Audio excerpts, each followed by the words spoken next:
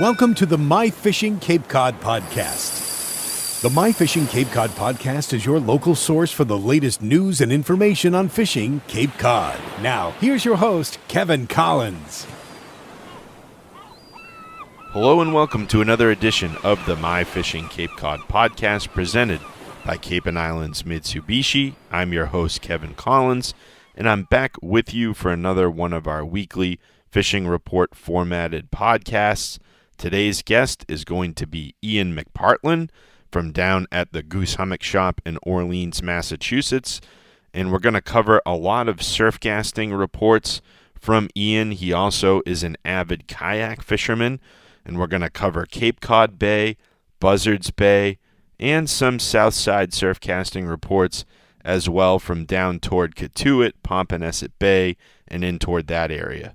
We've got a lot to get to on today's podcast, but I just want to take a moment to remind everybody this is just one of many podcasts we release here from My Fishing Cape Cod each and every week, covering a wide variety of areas surrounding Cape Cod and the islands, as well as we cover a ton of different species. Right now, we've got black sea bass in full swing. Fluke just opened up. Of course, we have striped bass and bluefish as well. It's going to be an action-packed summer, as always, here on Cape. And if you want all of these fishing reports, please head on over to myfishingcapecod.com and consider becoming a member. Once you join up for the membership, you'll have access to all of these podcasts, which get posted every few days, every week throughout the season, all the way into October. You'll also have access to our podcast library of past podcast topics and all the great articles and videos that Ryan puts up there and all of the great recipes that his wife Lauren puts up there. Just a ton of great content over there on the website side. So if you haven't yet joined up for the season, please head on over to myfishingcapecod.com and consider giving us a try, and we'll hope to see you on the member side. But for now, let's dive into today's podcast. Well, as promised, our guest on this week's edition of the My Fishing Cape Cod podcast is our great friend Ian McPartland from down behind the counter at the beautiful Goose Hummock Shop in Orleans, Massachusetts. Ian, how are you on this rainy day? I'm fantastic. I'm actually highly anticipating going fishing after work. The tides are kind of perfect. And like you said, it's a little snooty out there, which generally means good fishing. So I'm excited. Yeah, we've had good weather this week up until this point, which we're taping on Thursday. We've got a lot of unsettled weather in the area, and the temperature, I think, is plummeting today with those northeast winds. How do you think that might affect some of the fishing, especially the saltwater surf casting? The crummier the weather, the better the fishing. So I'm looking forward to it. I generally will fish Cape Cod Bay with a north wind. So I will probably be putting in my time there. Yeah, you kind of got to overcome the wind in your face, but if you can, generally it means good fishing. So it's like an incoming tide. I think it's like high on the bay side, most places around here, around 545 or so. So it's kind of like perfect for me. I live on the far end of Barnstable and Cotuit, so I kind of will stop by a lot of these spots in between there on my way home. And it's just kind of perfect. As everybody knows, like the flats is, low. It is as low as it goes. So this is kind of like perfect for me.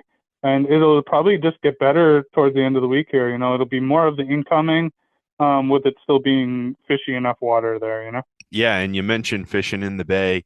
I know surf casting is one of your passions. Talk about some of the plugs, that you have to have in your bag, not only for today on kind of the snotty day, but moving into the weekend. Yeah, so as the tide gets a little bit later, I'll probably migrate, and we're past the full moon here. So the moonlight, we're getting closer to new moon, so I'll probably be running more blurples or darker colors. Last week, my number one catcher was a gravity tackle eel. So I do a lot of like hard plastic Yozuri baits just because they work and they're affordable. But I wanted to try something new, something a little different. And under full moon, I had great luck with the soft plastics. I think we're going to be making another Super Strike order this week, but we did one 2 weeks ago. We got all the Yozuri stuff in stock. And like I said, I've been using as a gravity tackle as Gabe makes all his eels, and I love his jig heads too. So I had great luck with them, and it made it really easy because none of the fish were massive. So it just made it easy for catch and release, just not getting rid of the treble hooks, Absolutely. And I know we're focused on the bay, especially with this north wind, but any other fishing opportunities, especially surf casting opportunities that you'd like to alert folks about, maybe on the outside, or is that still kind of quiet at this time of year? I would say it's a little bit quiet. There's definitely some a good amount of schoolies in the wash, but I would say it's like kind of like schoolie season for the Outer Cape right now. Like I said, there'll be fish, but I think that if we had that southwest blow last week, kind of pushed them more to P-Town and Truro, that area. If we go back northeast here for the next couple of days, I think it'll kind of push them back down to the bay a little bit. But there's definitely, fish to be had. I would throw, small savage gears in the wash, first light, right before dark. Definitely be your best bet.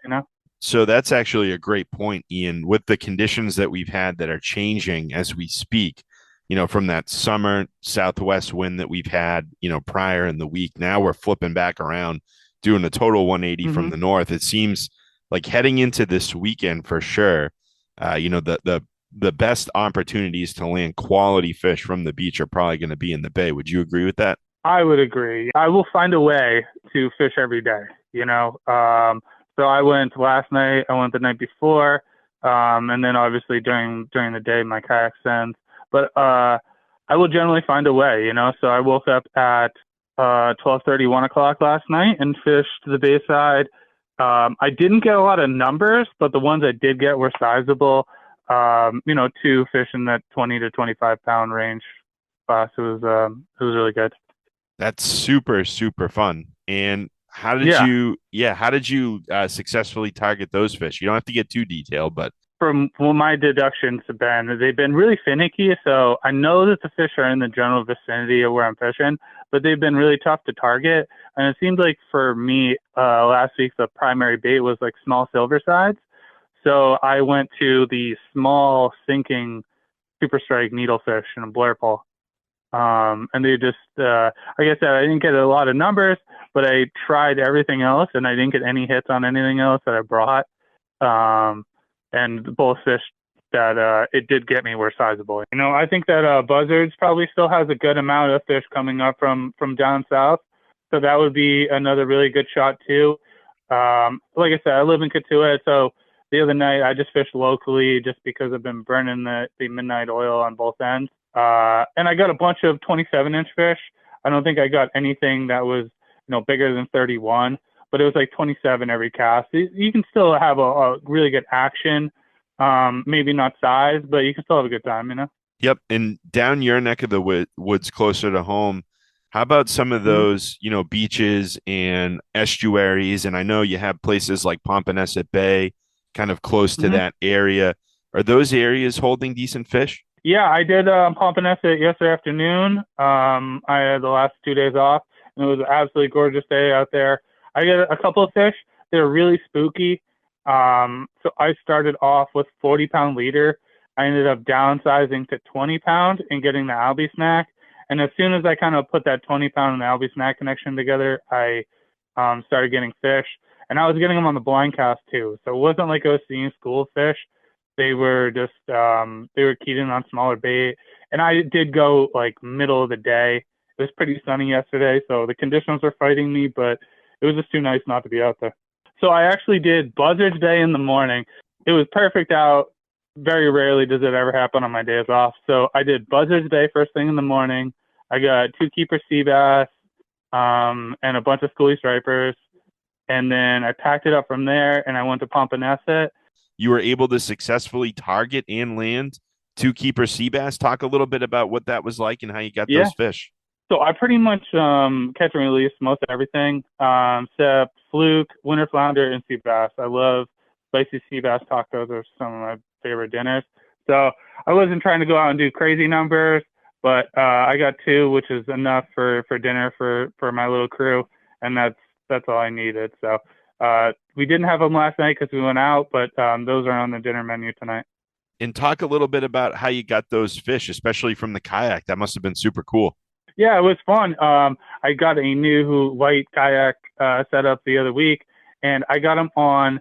So I run limited lures in the kayak, and most of my stuff was going out targeting stripers and blues. So I just put a couple couple of jigs in there, and I actually got it. I think it's a 2.8 ounce Daddy Mac jig with a green tube. Super simple, but just works for everything, and I've just had good luck with it in the past. So it delivered. When it comes to the stripers and the blues in Buzzards Bay, I haven't heard a ton about bluefish. I've heard the striper bite's been pretty good, but what did you see in terms of, your visibility out there? I didn't run into any blues. My buddy runs a charter business, and he got into a couple solid 10-pounders in that general vicinity a couple of weeks ago. And usually they show up in my native waters pretty thick this time of year, but they're like a couple of weeks behind. So I've gone locally to me a couple of times in the kayak trying to find them, and they just haven't showed up. A lot of decent to slot size bass out there, so I'm still getting action, but not what I'm looking for. So I tried over there. I was unsuccessful on the blues, but you got to make an effort, right? Absolutely. And I know you mentioned Fluke. That opened, I think, about 10 days ago or so. And I know a lot of people are focused on sea bass because it's just such a great fishery. As you mentioned, it's awesome table fare, and they're in pretty good right now in Buzzards, and it's a great opportunity. Have you heard of anybody trying to target Fluke coming into the store? I haven't. I luck out, and I've got a friend that goes out of Falmouth Harbor, so we'll do that, or we'll go out to Monomoy. But I'm pretty much striper focused right now, Yeah, I think that's what most of the folks and probably your customers are focused on: striped bass and black sea bass, probably the two biggest species at the moment. Would you agree? Absolutely. Very cool. And last thing I want to ask you about is anything fun, exciting going on at the Goose? Anything new you want to tell people about that's going on?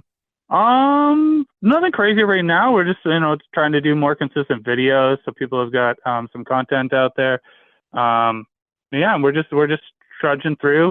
We got tons of line in. We got a big order super slick, so if anybody needs to get respooled, I would do that now because 30 and 40 pound super slick are kind of a hot commodity around here. Ian, thanks so much for your time on this week's fishing report, and we'll look forward to catching up with you again next month.